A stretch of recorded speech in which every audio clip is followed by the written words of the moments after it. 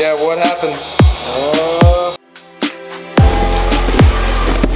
So you're gonna be ceramic coating some Yeezys with some Ceramic Pro ceramic coatings. You're gonna use Ceramic Pro textiles for the fabric parts of the shoe and 9H for the sole.